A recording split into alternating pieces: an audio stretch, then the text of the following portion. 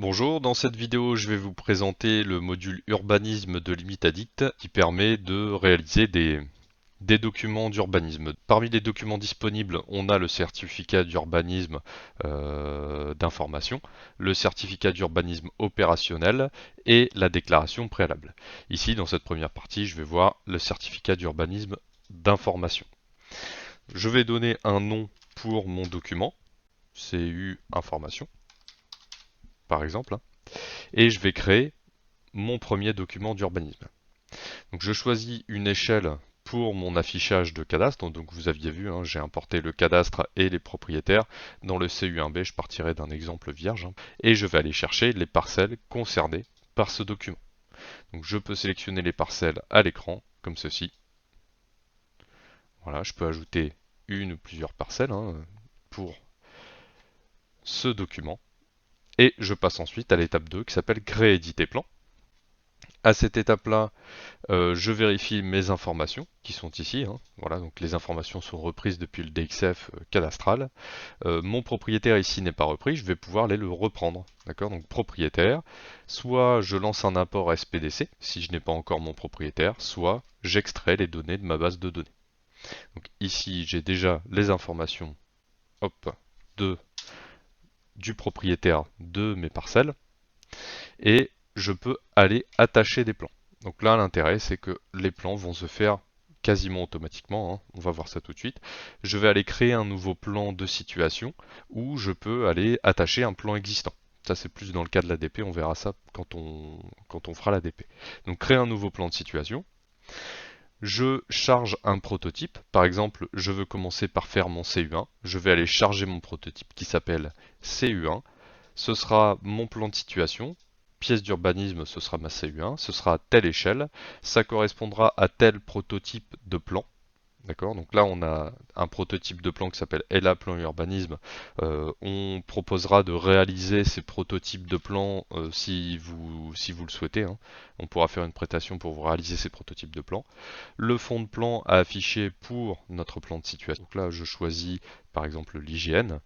Ma taille de l'image, c'est en fonction de mon prototype de plan. Et ensuite, je coche l'option qui s'appelle Ajouter bloc de localisation. Et quand je crée mon plan, ici, le logiciel va me créer automatiquement un plan de situation. J'avais coché l'option Créer ici un bloc. Hein, donc, il me crée un bloc pour localiser l'endroit de mes terrains. Et donc, mon cartouche est automatiquement rempli. La seule chose qui va me rester à remplir ici, c'est par exemple l'opérateur. Hein, donc, j'ai une petite option qui s'appelle remplir champ cartouche. Je vais aller sélectionner le cartouche duquel je veux remplir les champs et je vais remplir le seul champ qui me manque, l'opérateur. Les autres champs sont automatiquement remplis depuis les informations de la base de données. Bien sûr, vous avez de la liberté ici, hein, quand vous éditez un plan comme ça, hein, vous pouvez utiliser la commande qui s'appelle modifier, dessiner dans le plan, aller rajouter des zones, des lignes, des textes, des zones avec texte, utiliser le menu de construction, modifier des éléments. D'accord, vous souhaitez faire quoi que ce soit, vous avez toutes les codes qui vous permettent de modifier votre plan directement dans cette interface. Vous pouvez aussi exporter ce plan de manière individuelle, mais là c'est pas ce qui nous intéresse, je vais vous montrer à la toute fin. Hein. On va générer la totalité des documents qui vont être nécessaires pour notre demande. Donc mon premier plan est fait, retour. Mon plan de situation est fait. Et maintenant je vais créer un nouveau plan, mais cette fois-ci, je vais créer mon CU3. Donc CU3, alors ici je vais changer de nom, CU3, à quelle échelle au 500, avec ma couche cadastre, toujours le même prototype de plan, sauf que cette fois-ci je vais colorier l'emprise. Ça fonctionne de la même manière, d'accord. Ici je peux même modifier l'échelle, hein, si j'en ai envie, je vais pourquoi pas passer à l'échelle 250. Mon redécoupage de plan se fait proprement. Je vais pouvoir ici ajuster ma zone de plan pour déplacer légèrement mon plan, voilà, pour que ça reprenne bien la totalité de mon terrain. Voilà.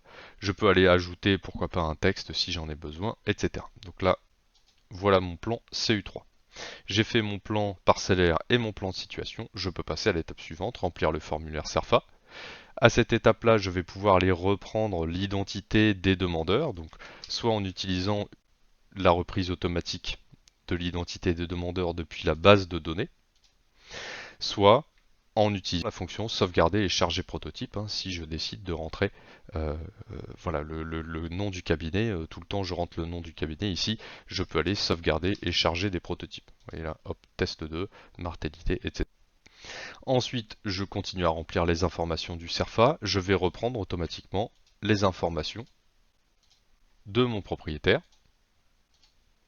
Voilà, donc les informations de mon propriétaire sont remplies. Toujours pareil, le système pour sauvegarder et charger des prototypes si jamais vous faites autrement, mais sinon ça reprend les coordonnées du demandeur. Étape suivante, je vais reprendre les informations concernant mon terrain, donc même principe, ça fonctionne toujours selon le même principe. Là, il y a un import SPDC qui se fait pour reprendre l'adresse exacte, et ensuite je vais sélectionner les parcelles à faire apparaître dans mon CERFA. Donc là, je choisis l'option soit superficie de la première parcelle, soit total des superficies de l'ensemble des parcelles, à faire apparaître là dans la première page de mon CERFA, et ensuite dans les pages suivantes, j'aurai les parcelles restantes, hein. Donc je choisis mon option, voilà. Et ensuite, j'ai mes parcelles qui apparaissent ici. On passe ensuite à la partie qui est ici. Alors forcément, ici, je suis dans le cas d'un CU1A, donc cette partie est verrouillée, mais je peux déverrouiller les champs si je le souhaite quand même. D'accord? Normalement, dans un CU1A, je ne vais pas le faire, mais je peux quand même déverrouiller les champs si je le souhaite. À l'étape suivante, finaliser le formulaire CERFA. Quelles sont les pièces qui sont jointes à votre demande? CU1, CU3. D'accord? Le CU2, je ne l'ai pas rempli. Finaliser, exporter A, etc. Donc là, pareil, je peux utiliser hop, un prototype préenregistré. Et je passe à la dernière étape qui me permet d'aller reprendre avec cette petite option-là les champs, objets, destinataires, etc. Donc depuis la base de données, je vais reprendre toutes ces informations-là.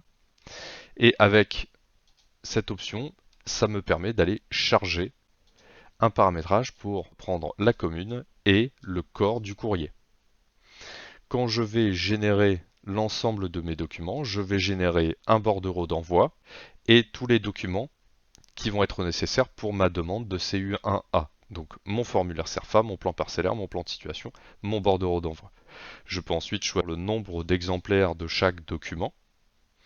Et une fois que j'ai choisi les paramètres, je fais terminer, exporter les documents.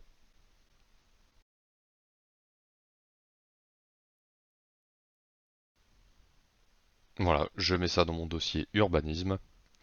Et j'ai donc ma demande qui est faite. Donc je vais me retrouver avec un PDF complet. Voilà, reprenant voilà, le CERFA complété. Tout est complété ici, hein. Voilà. Toutes les informations du CERFA sont bien là, hein. Voilà, on voit les parcelles qui sont là. Tout est rempli. Forcément, cette partie-là n'est pas à remplir parce que je suis dans le cas d'un CU1A. Les documents qui sont fournis sont bien cochés. Et ensuite, j'ai mes documents. Donc, mon plan de situation, mon plan parcellaire, hop, et mon bordereau d'envoi à part. Donc, voilà comment réaliser un CU1A.